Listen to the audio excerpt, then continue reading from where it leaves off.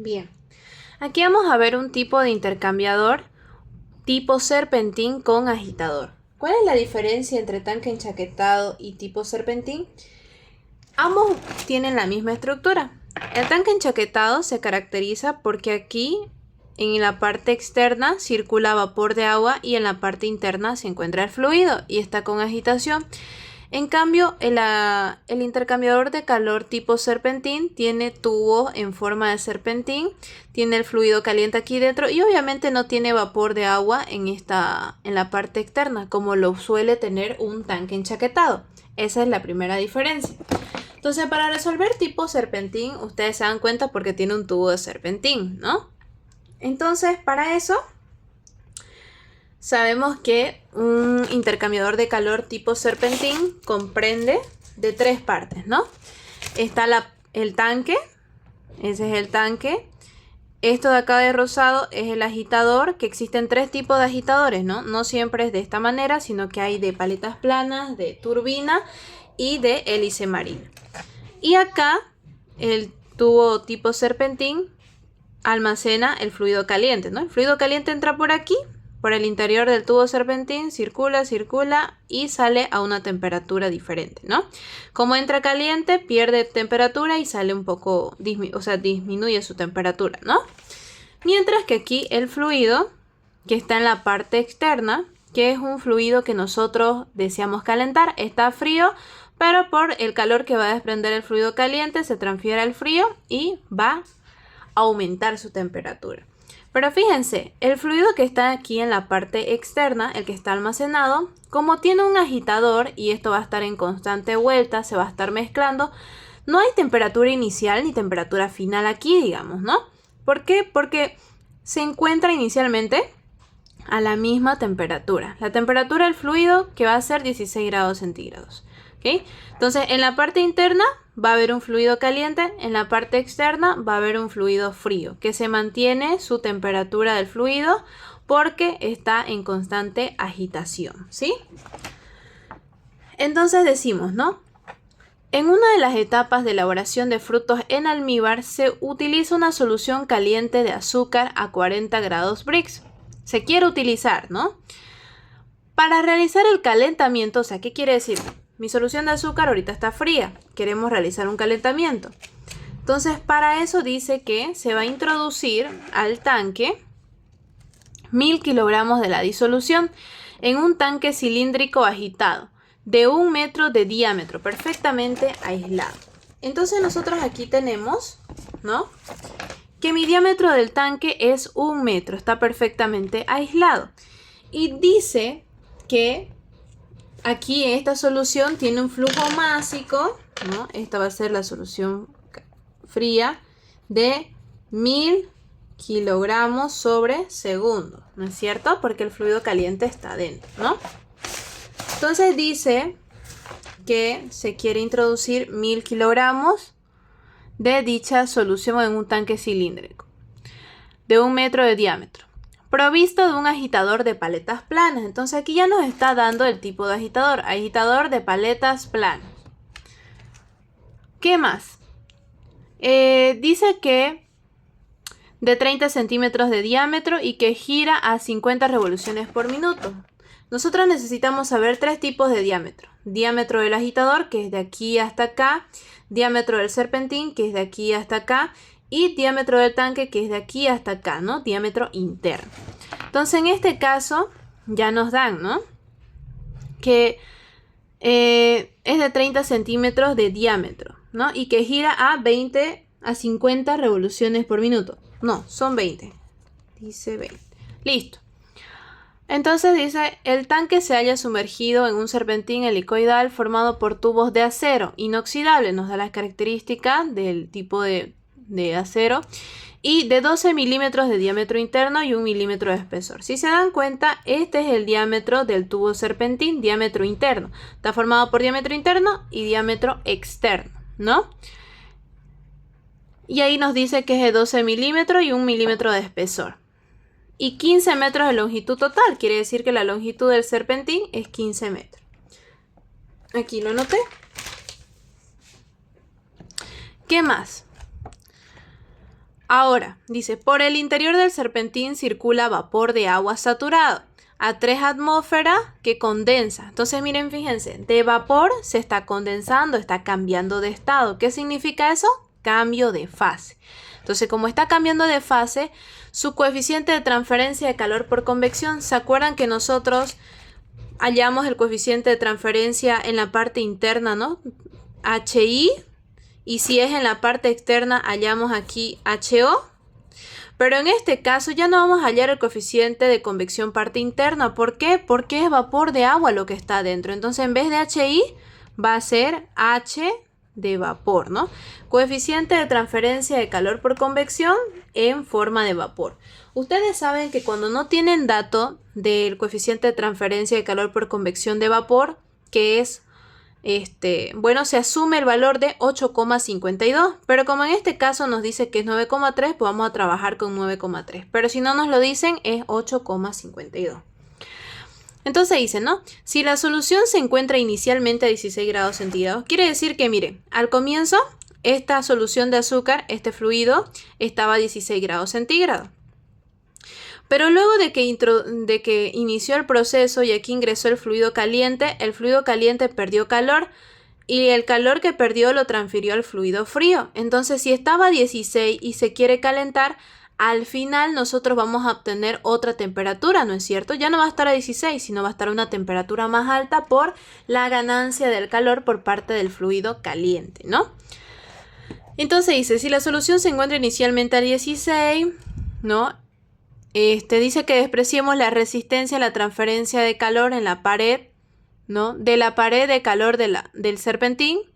¿Qué quiere decir? Que despreciemos esto de acá, ¿no? H y O, ¿sí? La transferencia de calor entre el tubo y el fluido. Quiere que lo despreciemos eso, que no tomemos en cuenta, ¿no?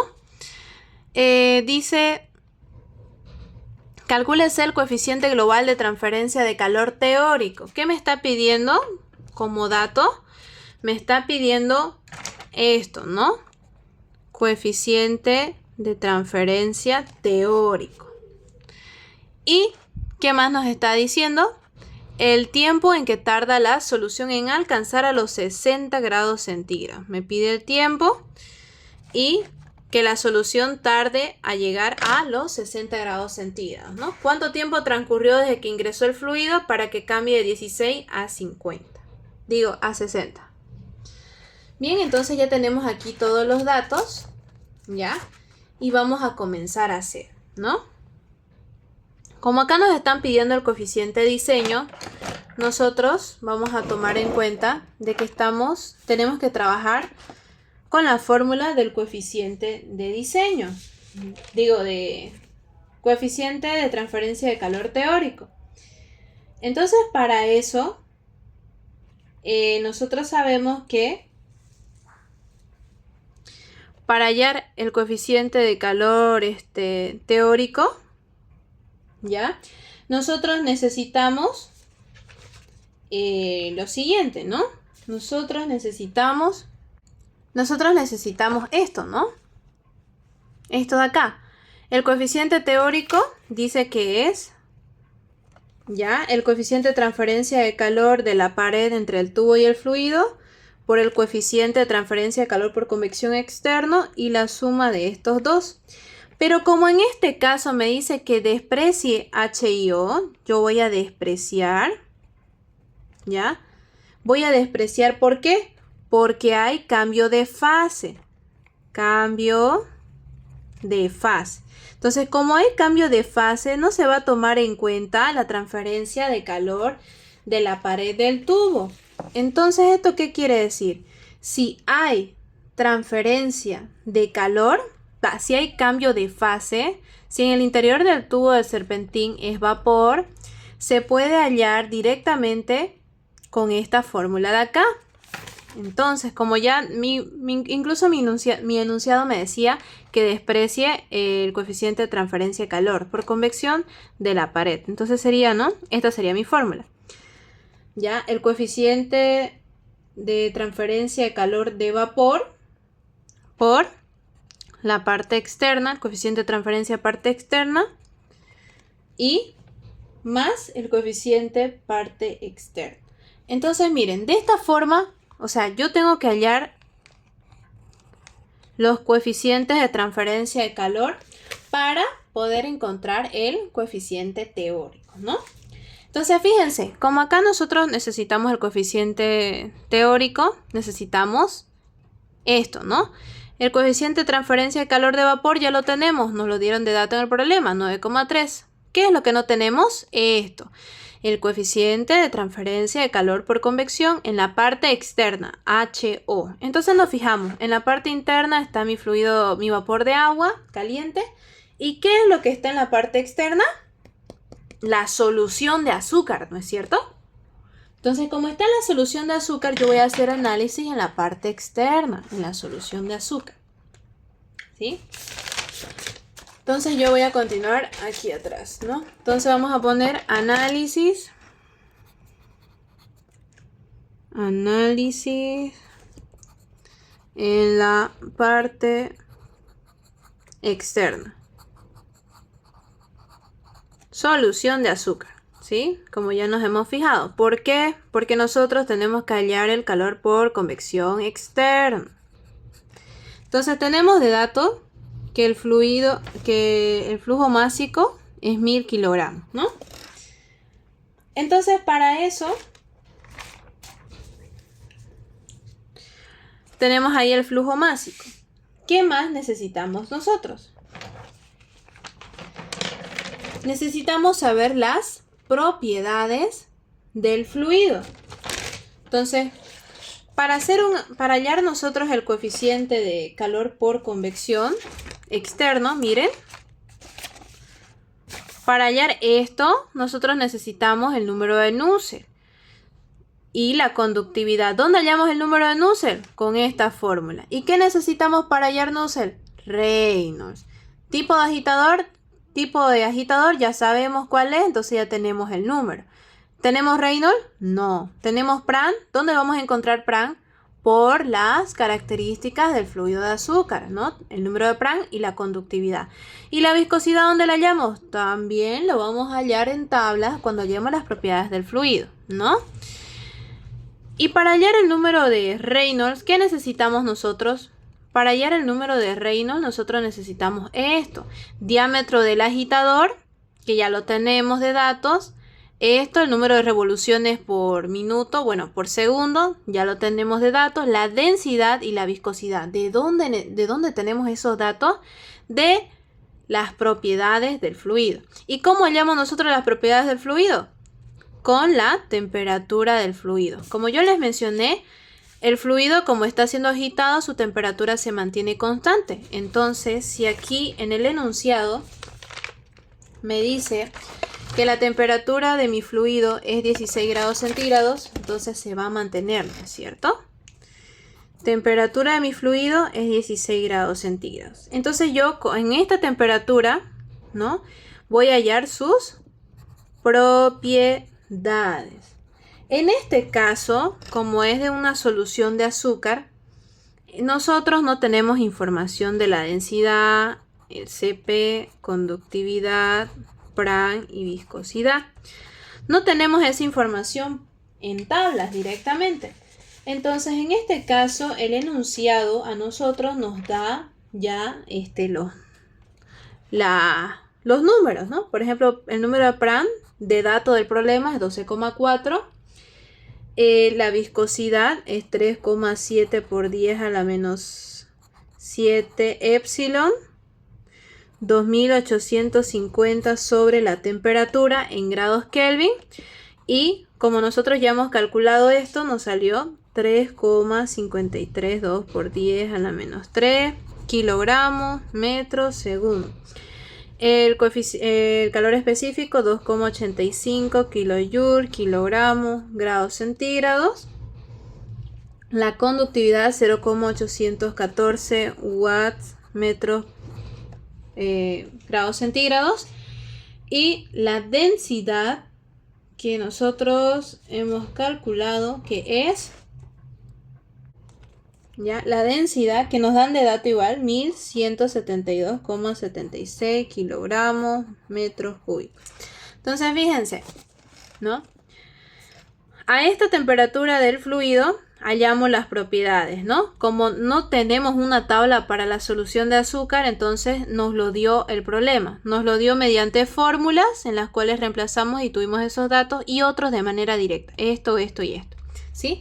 En este caso, supongan si esto es agua saturada, 16 grados centígrados, ustedes se van a la tabla Yunus-Engel, agua saturada y buscan densidad, conductividad, ACP, PRAN y viscosidad, ¿sí?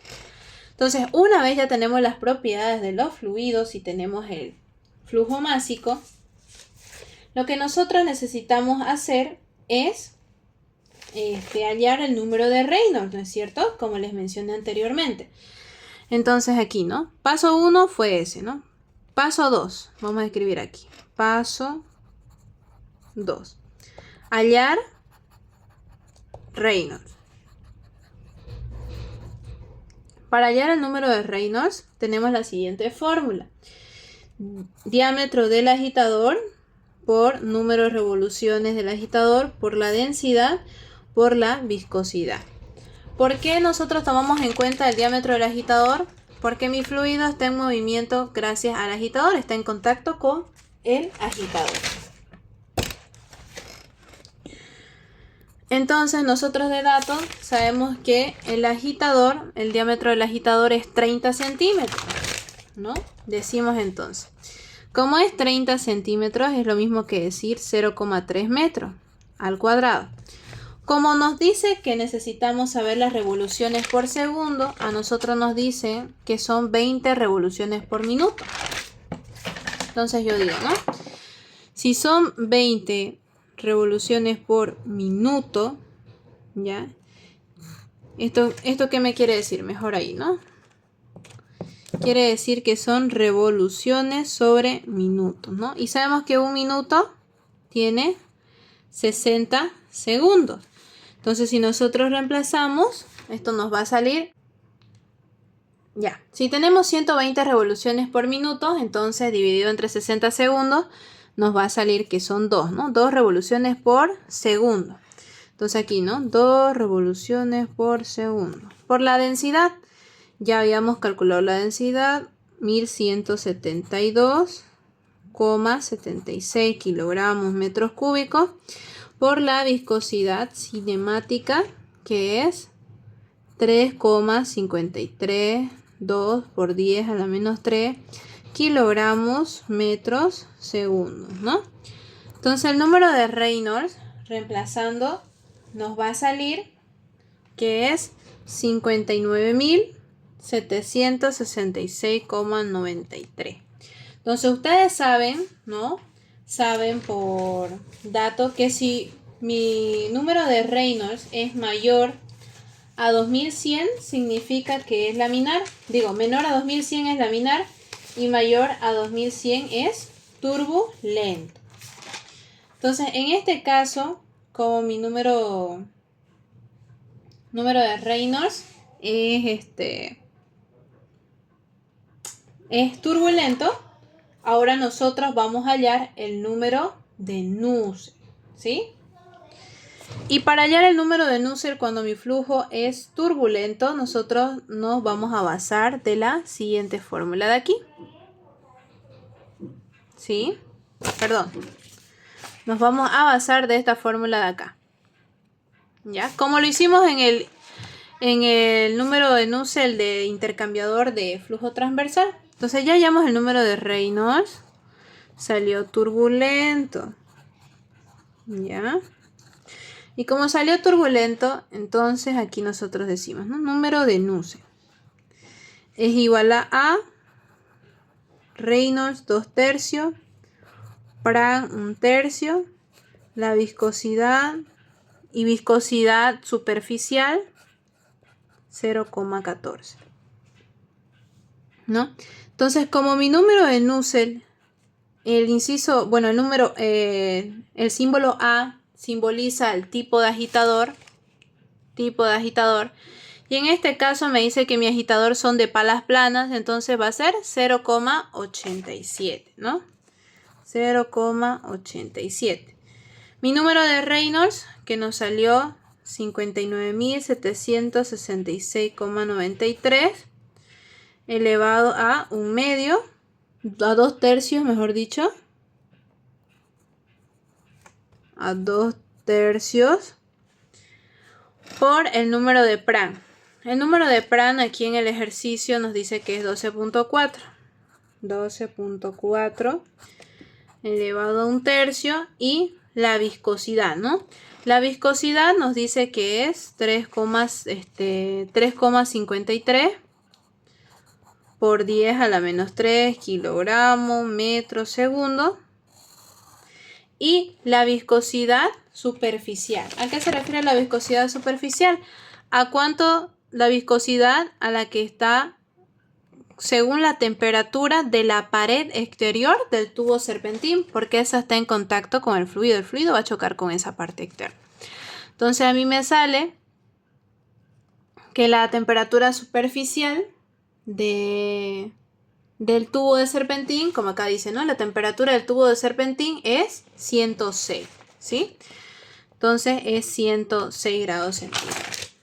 Entonces, para hallar nosotros la viscosidad cuando está a una temperatura de 106 grados centígrados, lo podemos hacer mediante la fórmula que nos habían dado aquí en el enunciado, ¿ya?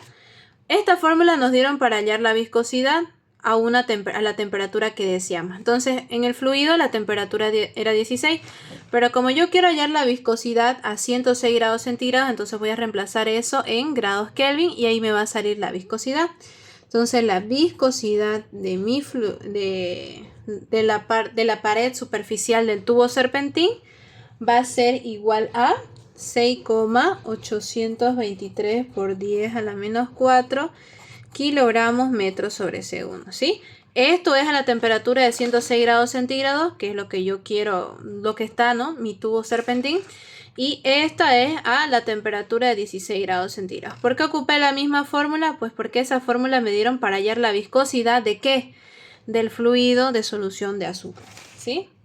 Con el que tiene contacto el tubo serpentín. Entonces reemplazamos, ¿no? Sabemos que es 6,823 por 10 a la menos 4 kilogramos metros segundo y elevado a 0,14. Entonces ponemos todo esto a la calculadora y nos va a salir que el número de Nusselt para nosotros es 3.874,956. Una vez tenemos el número de Nusselt, ¿no? Ya tenemos el Reynolds. El siguiente paso es el número de Nusselt, ¿no? Reynolds, número de Nusselt. Paso 4. Hallar HO, ¿sí?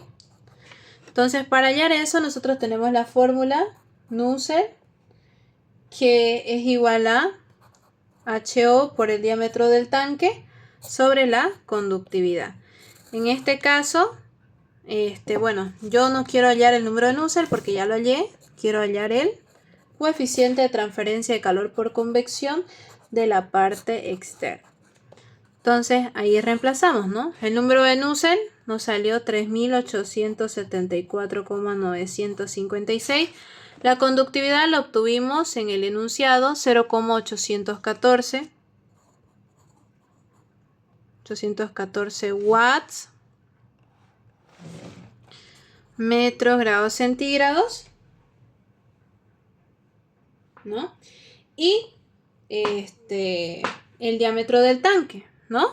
Que el diámetro del tanque a nosotros aquí nos habían mencionado que es 1 metro, ¿ya? 1 metro. Listo. Entonces reemplazamos todo esto y nos va a salir esto, ¿no?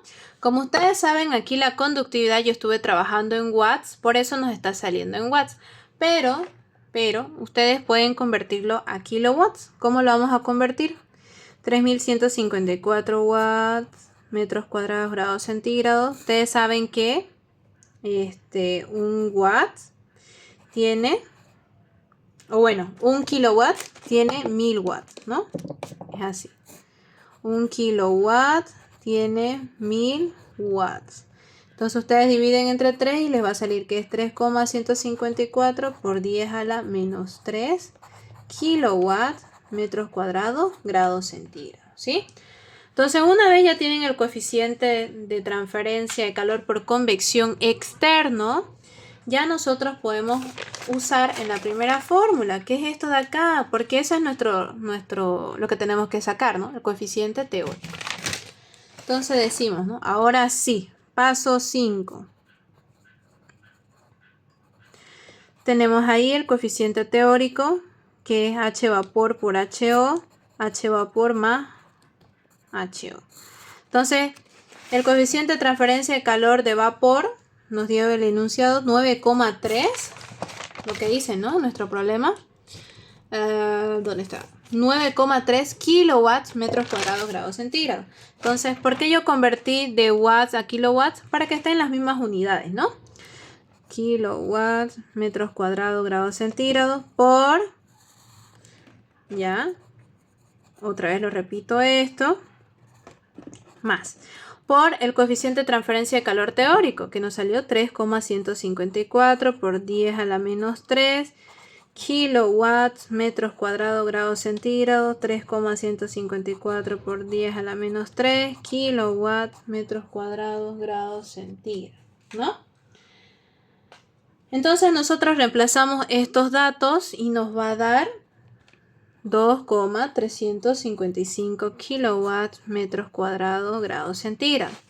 Ya hallamos nuestro coeficiente de diseño en kilowatts metros cuadrados grados centígrados. Entonces ya cumplimos con el inciso A, ¿no? De esa manera. Ahora dice el tiempo que tarda la solución en alcanzar los 60 grados centígrados. Bueno, ustedes saben que para hallar el tiempo se utilizó una deducción de fórmula que va desde que esta fórmula utiliza integrales, ¿no? Que es como pinta acá. Pero la vamos a resumir, ¿no? Vamos a utilizar simplemente la de aquí abajo, ¿no? Que sería, ¿no? Paso 6, tiempo. Entonces, luego de una deducción con integrales, nosotros llegamos a la conclusión que es el flujo másico por el CP, coeficiente de diseño, por el área de transferencia de calor, por logaritmo natural, temperatura vapor menos temperatura 1, temperatura vapor menos la temperatura 2, ¿no? Para eso, entonces, ustedes saben que se necesita el flujo másico y el coeficiente de diseño. Pero ¿cómo vamos a calcular nosotros el coeficiente de diseño? Solo tenemos el teórico. Ustedes saben que para calcular el coeficiente de diseño está la siguiente fórmula, ¿no? 1 sobre coeficiente de diseño, 1 coeficiente teórico más las incrustaciones en la parte interna más las incrustaciones en la parte externa. No tenemos información de estos dos, solamente tenemos información de eso. Entonces, por medio de tablas, ustedes van a hallar las incrustaciones en la parte interna y en la parte externa, ¿sí? Entonces, creo que aquí tengo la tabla. Bueno, no la tengo en la tabla, pero las incrustaciones en la parte interna son las que están en contacto con el fluido interno. Entonces, para eso ustedes van a buscar las incrustaciones en vapor de agua y las incrustaciones generadas por el fluido externo, que en este caso es la solución de azúcar o fluido orgánico. Entonces, aquí para mí la incrustación en la parte interna salió 0,1 metros cuadrados grados centígrados sobre kilowatt, y la incrustación 2, 0,2 metros cuadrados grados centígrados sobre kilowatt, ¿no? Entonces no se olviden, la parte interna, ¿qué es lo que hay en el fluido interno? Vapor de agua. Entonces este 0,1 es de incrustación por vapor de agua y esta parte externa es de incrustación por una solución orgánica. Un flujo orgánico, ¿por qué? Porque es azúcar. Entonces, como ya tenemos los dos datos, esto obtenido de tablas, y tenemos el coeficiente teórico, nosotros hallamos el coeficiente de diseño, ¿no? En este caso, mi coeficiente de diseño por Solve, ¿ya? Entonces meto todo esto a la calculadora con el coeficiente teórico y por solve me va a salir que es 1,38 kilowatts metros cuadrados grados centígrados. Este es mi coeficiente de diseño. Entonces miren, ya tengo el flujo másico, sí, porque es 1000. Tengo el calor específico del azúcar, sí, ya lo hemos calculado al inicio. Tengo el coeficiente de diseño, sí. ¿Qué me falta? El área de transferencia de calor. ¿Sí? Ahora, fijémonos. Como aquí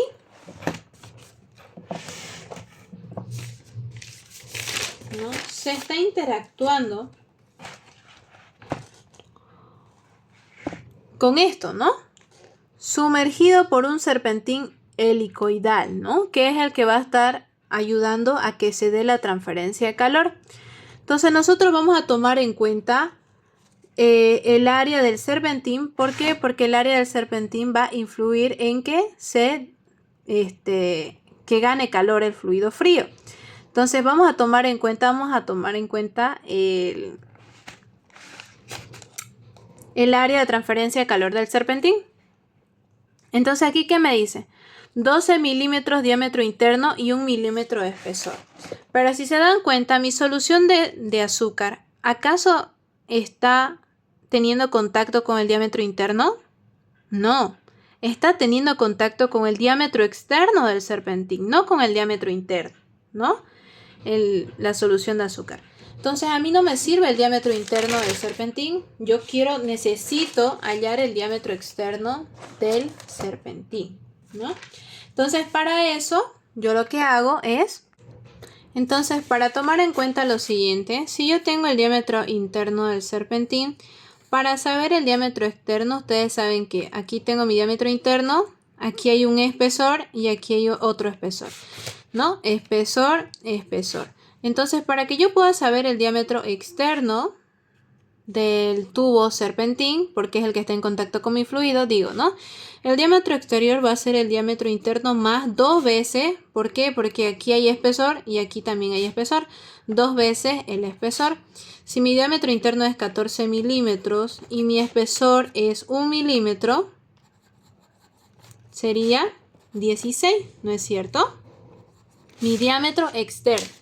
Entonces, nosotros encontramos eso para saber el área de transferencia de calor.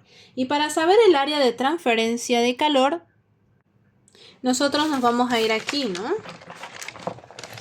Como ustedes saben, este tubo serpentín es un tubo cilíndrico, ¿no? Entonces ahí está su diámetro, tenemos la longitud total del serpentín, o sea de todo esto, desde aquí todo esto dice que su longitud es 15 metros y tenemos el diámetro. Entonces nos vamos a basar con esa fórmula y vamos a hacer pi diámetro externo por la longitud.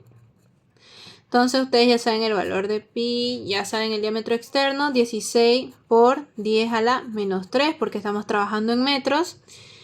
Y la longitud, que es 15 metros. Si nosotros reemplazamos todo eso, el área de transferencia de calor a lo largo de todo el tubo serpentín va a ser 0,6597 metros cuadrados, ¿sí? Entonces, ¿por qué yo tomo en cuenta con la longitud? Porque toda esta parte de acá está en contacto con el fluido, ¿no? Si yo quisiera saber el área de flujo, simplemente voy a hacer el análisis en la parte esférica. No lo vamos a hacer en la parte, no vamos a tomar en cuenta la longitud. Pero como necesitamos saber el área de transferencia de calor por donde recorre todo el flujo de calor que se va a perder, vamos a tomar en cuenta esto, ¿no? La longitud. Entonces, una vez ya tenemos el área de transferencia de calor, ahí está, 0,6597 metros cuadrados. El coeficiente de diseño que nos salió a nosotros, 1,38 kilowatt metros cuadrados grados centígrados. El flujo másico, que es 1000. Y la capacidad calorífica, que en este caso para nosotros es 2,85, ¿no? Kilojoule, kilogramos, grados centígrados. Listo. Como ya tenemos toda esa información, reemplazamos en la fórmula del tiempo, que es flujo másico por el Cp, el coeficiente de diseño por la transferencia de calor, logaritmo natural de la temperatura de vapor menos temperatura inicial del fluido sobre la temperatura 2 menos la temperatura final del fluido, ¿no? Entonces, flujo másico es 1000 kilogramos, el Cp 2,85, el coeficiente de diseño 1,38, ¿ya? Y el área de transferencia de calor 0,6597. Lo multiplicamos todo eso por el logaritmo natural de la temperatura de vapor. Para hallar la temperatura de vapor vamos a leer el enunciado, donde aquí nos dice, ¿no? A ver dónde está. Temperatura de vapor. Para saber eso, acá, miren chicos, dice, por el interior del serpentín circula vapor de agua saturado a 3 atmósferas. A nosotros nos está dando la presión a 3 atmósferas, ¿no? Presión 3 atmósferas. Entonces, para saber la temperatura de vapor, yo tengo que ir a tablas a 3 atmósferas y buscar, ¿no? La temperatura de vapor. Aquí hay una tabla que habla sobre las propiedades del vapor saturado y del agua, ¿no? Entonces, a nosotros nos dice que está a 3 atmósferas, ¿no?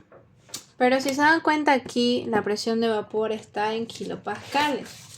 Entonces nosotros sabemos que una atmósfera para nosotros es, aquí por conversión, nosotros sabemos que la presión, una atmósfera es igual a 1,01 por 10 a la 5 pascales. Y si es kilopascales, obviamente, nosotros lo convertimos, lo multiplicamos por... Lo dividimos entre 1000, porque un kilopascal tiene 1000 pascales. Entonces nos va a salir, entonces una atmósfera tiene igual a 101,325 kilopascales. Entonces nosotros vamos a reemplazar esto, ¿no? Si una atmósfera tiene 101,325 kilopascales y yo tengo 3 atmósferas, obviamente lo voy a multiplicar por 3 y esto me va a salir 303,975 kilopascal. Entonces me voy acá para hallar 303,975. Como ustedes pueden ver, aquí está, ¿no? La presión de vapor 2, 101, nada, no hay. Entonces vamos a seguir buscando en la continuación. Continuación dice, ¿no? Entonces ahí, ¿no? 303, o 304 aproximadamente. Entonces fíjense, aquí está, ¿no? Entre 313 y 270. Como no tengo la presión, la temperatura exacta, vamos a hacer por interpolación. Entonces pongo ahí, ¿no? Temperatura, presión. A una presión de 270,1 kilopascales es 130 grados centígrados. Y a una presión de 313 es 135. Si yo quiero saber cuánto es a 303,975 kilopascales, por interpolación encuentro la temperatura. Entonces a nosotros la temperatura nos salió 133,95 grados centígrados. Entonces una vez ya tengo la temperatura de vapor a 3 atmósferas, reemplazo, ¿no? 133,95 grados centígrados. 133,95 grados centígrados. La temperatura inicial en el enunciado nos dice que al inicio estaba a 16 grados centígrados y que después de un tiempo se quería calentar a 60. Entonces digo, ¿no? Inicialmente estaba a 16 y al final llegó a 60. Pongo todos estos datos en la calculadora y vamos a obtener un resultado de 1461,47 segundos. Pero esto yo igual lo puedo convertir a minutos, pues, ¿no? 60 segundos, un minuto. Y si lo convertimos a minutos nos va a salir 24,36 minutos. Entonces ya resolvimos un ejercicio en donde un intercambiador tipo serpentín transfiere calor por medio del fluido caliente que está dentro de él, que es vapor de agua, transfiere calor y va a calentar esta solución de azúcar que inicialmente estaba a 16 y después de 24 minutos cambió su temperatura a 60.